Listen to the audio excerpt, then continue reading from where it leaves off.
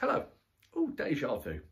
My name's Steve Shirt and I'm from Vric Consulting, and the point of this video today is to walk you through our latest bit of research and answer any questions that you may have from it and how to respond to it. But you may be wondering, who are Vric Consulting?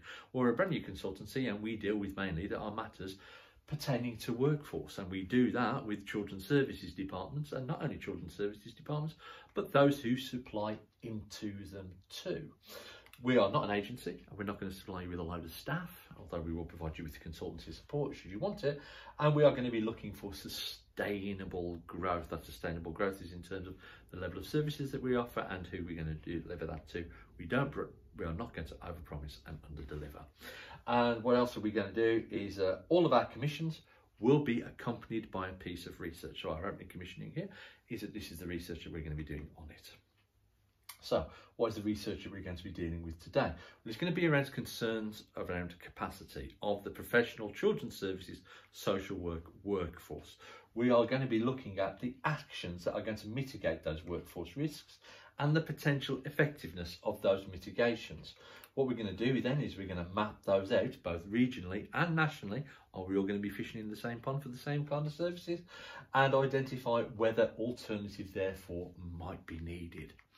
And then also around what are the perceptions of those alternatives, and do we need to do any work now to make sure that we've got things into place rather than dealing with crisis situations further down the line. So who's going to be taking part? Well, all English councils and trusts are invited to take part in this research. There's going to be no identifiable information presented, so you haven't got to worry about a borough council showing an exposure or vulnerability. Similarly, B County Council or C City Council. It's all going to be unidentifiable from an individual basis. The report will be forwarded free to you should you want it as well, and with an opportunity to discuss your answers at any time. Obviously we'll support you with that, and also free chocolate. Free chocolate is very important to us here at Vric Consulting. So every response to the survey that we're going to send out will be accompanied. We'll send through to you a Cadbury selection box for you to distribute to either a local food bank as a part of your LAC Christmas collection, or to give to rewarding members of staff. And also on top of that is that one lucky survey will receive 25 selection boxes should you complete your survey by the 16th of November. So when you actually take the survey, what will you see? Well, you see a screen if you're taking it something like this. I'll show you how it looks on the tablet or on the phone as well. So that will be the kind of thing that you see. Some will be matrices, some will just be a matter of tick boxes. But it's going to be a fairly unonerous and short kind of process. Question 1. Which impacts of COVID-19 do you think may lead to operational concerns about capacity in your social work workforce? 3 options: significant concern, some concern, or no concern. And 3 areas that we're looking at here: the potential impact on numbers of available staff, either people disappearing for whatever reason, potential impact in a significant rise in the number of referrals, but also the last one, a significant impact or a significant rise in the complexity of the cases that you're going to receive, maybe of concern to those of you with a more inexperienced social work workforce. What methods do you use to augment your permanent workforce? And options here: use regularly, use occasionally, would consider but have not used. And also there's a 4th column when you actually go into the actual survey, which is would not use at all. So temporary agency staffing via corporate contract, that's already in place, a master vendor or a vendor neutral, something like that. Temporary agency staffing off contract, so not through that corporate contract. A phrase here that we're going to use a few times during the survey: outcomes-based managed service solutions. Now, sometimes colloquially known as project teams, if possible understates the nature of the work. Sometimes called outsourced managed service provision, in a rather scary turn of phrase. We're using the phrase here, outcomes-based managed service solution. Social Work Together, the LGA bank of people returners, set up during COVID, and a couple more permanent, more structural kind of response. Would you internally second or transfer people internally? Or would you seek to just step up your permanent recruitment to address these matters? Question 3. From notification of a permanent social worker, you see how you all look on a mobile phone, leaving, how long would you expect to get a new permanent worker into post? Up to 2 months, 2 to 4 months, 4 to 6 months, 6 months plus, or would you not expect to be able to recruit a replacement? Question 4, from the notification of a social work vacancy going to an agency, how long would you expect it to be for a suitably qualified and experienced worker starting with you?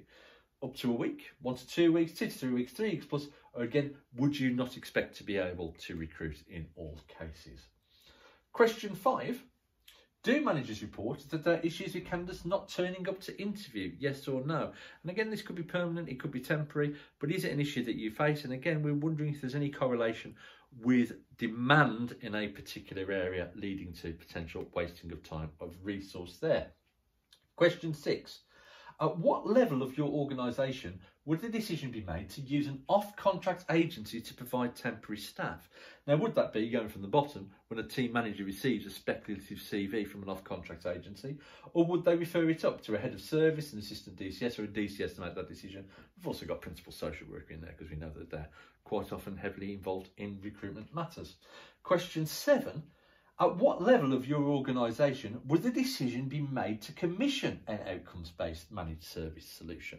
So would that be a speculative email to a team manager, or would that be at the top level, a DCS, assistant DCS, head of service, or principal social worker to look to make those decisions? Question 8, at what level of your organisation would the specification for an outcomes-based managed service solution be drawn up and the contract be managed? And there's 2 sections here, I've only shown one, but one is around the specification creation and also one around the contract management. And we've got DCS, assistant DCS, head of service, principal social worker, team manager, and also they're elsewhere in the organisation. That might be legal, it might be procurement, it might be HR. So one of those departments there might be involved in the contract management, or again, would it be with someone within your own service? How would you describe the perception of the number of vacancies of permanent staff in the following service areas at your council? And again, we've got a matrix here. And down the left-hand side of your page, there are a number of generic service areas. We're having to make them generic. They might not be called what you call them, but you should be able to identify all areas of your service in that list. And again, then you have the ability to say, well, we have many more vacancies than I'd like. We have a few more vacancies than I'd like. The level of vacancies around what could be reasonably expected. We don't have a particular problem with vacancies in this area, or we don't have an equivalent department of this type. Moving on to question 10, how would you rate the supply of temporary staff in the following service areas to your council and trust? We often use temporary staff and receive consistent and adequate supply of temporary labour when required. We often have demand for temporary staff, but we have issues with supply or quality. We do not use temporary staff in this region, in this area, or we don't have an equivalent department of this type. Again, we've got a list of service areas down your left-hand side, and again, we might be mapping if there are national shortage or regional shortages or regional pressure points in certain areas that might need addressing. Question 11, going back more to the phone format now, what factors would preclude your use of outcomes-based managed service solutions? So why would you not use that? What is your immediate gut reaction? Is that budget? Is that perceptions over service? Is that because you've not used them before and it's a little bit scary? Difficulties over commissioning, disruption to existing staff, reputation of such services, you've had a previous bad experience, or are there any political concerns, particularly if they're called outsourced services?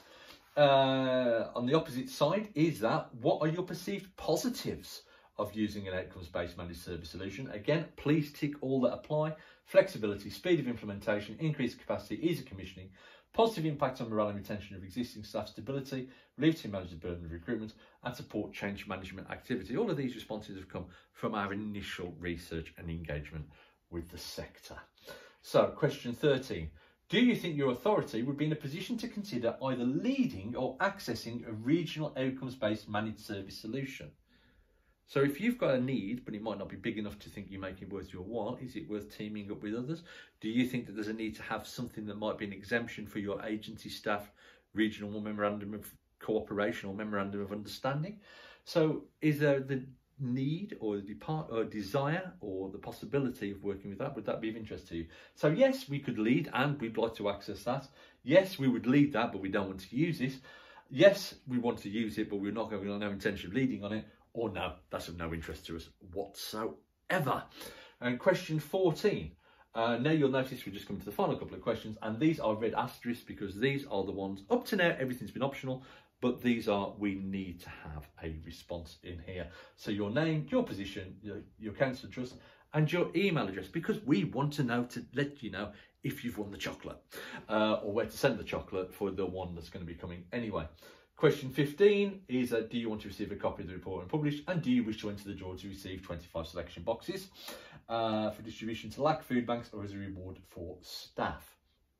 Question 17, would a meeting with yourselves or a representative from your council and Vric Consulting be beneficial to discuss your answers or potential workforce issues that might have come to mind as you've been working this out, and solutions? Of course, obviously we'd love to come out and see you with that. We're also going to be offering free partial workforce assessments going forward, so keep an eye out for that. Yes, no there.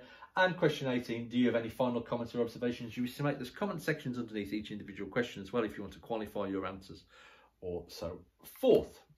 So, thank you very much. We've rattled through this quite quickly.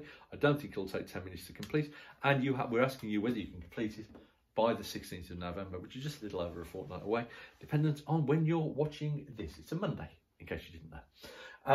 Right, Vric Consulting. How can you find out more about us? Well, our website is vric.consulting when it appears, but if you've got an old browser, you might have to include on there /home. But all of our links will include that anyway, if you're going to follow me through. Our email is steve@vric.consulting, and our Twitter is @consultingvric. Ask Twitter about that, not me.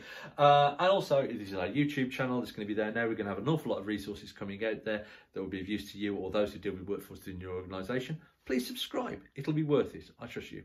Thank you very much for your time and your attention. If you've got any questions and you want to speak to me directly, my phone number 07999 777 345. That's 07999 777 345, and I'll see to get back to you as soon as I can. Have a great day. Look after yourselves and each other, and I'll speak to you soon. Bye-bye.